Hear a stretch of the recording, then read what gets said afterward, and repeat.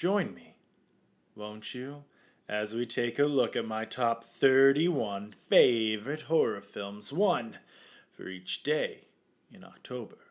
This is my personal opinion, so it may differ from yours.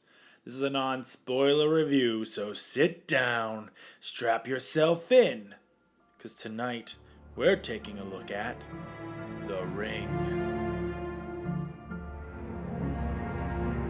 The Ring is a 2002 American remake of the 1998 Japanese film Ringu. And to be honest, I never saw Ringu, which is a sin, to be honest.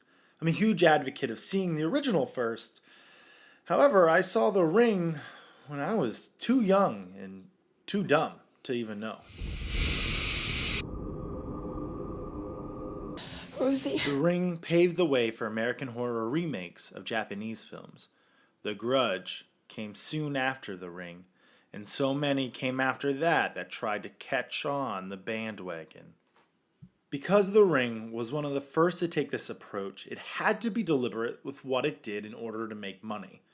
Ringu was not popular enough in the States to use its name alone to sell tickets. The Ring had to make a solid film in order to make an impact. And I think it succeeded. All the Japanese remakes that came after The Ring were only made to ride The Ring's coattails. Everyone was looking for the next big Japanese film to adapt, leaving the market flooded with cash grabs.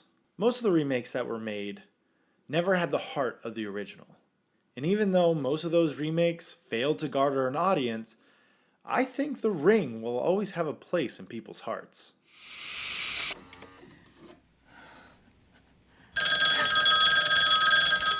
The concept of The Ring is genius. You watch a VHS tape with horrific images, and soon after you get a phone call.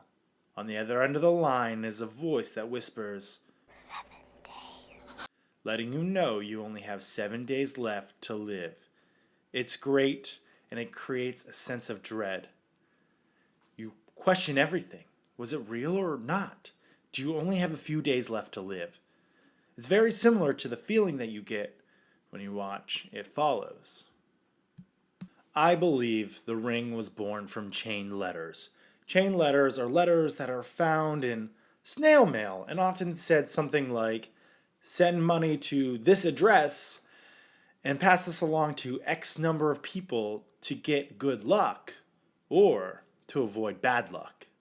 Chain letters date back before 1935, so the concept isn't that new at all. However, it took a very cynical approach in The Ring and helped the chain letter find a new home on the internet to a younger, more susceptible crowd. The Ring came out in a time where technology was taking that next step. In 2002, DVDs had been out for a while now and were becoming really popular.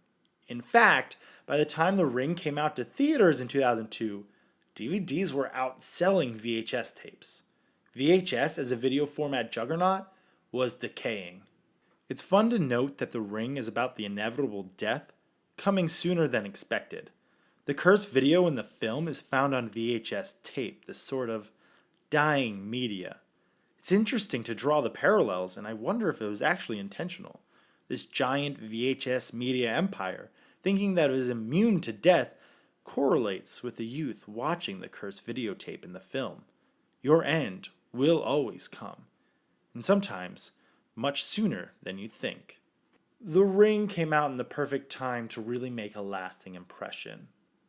And even though it may not be as impactful for first-time viewers who view it today, I think The Ring still has its merits. And just like that, we're 7 days into this countdown. So join me tomorrow as we continue down this horror highway.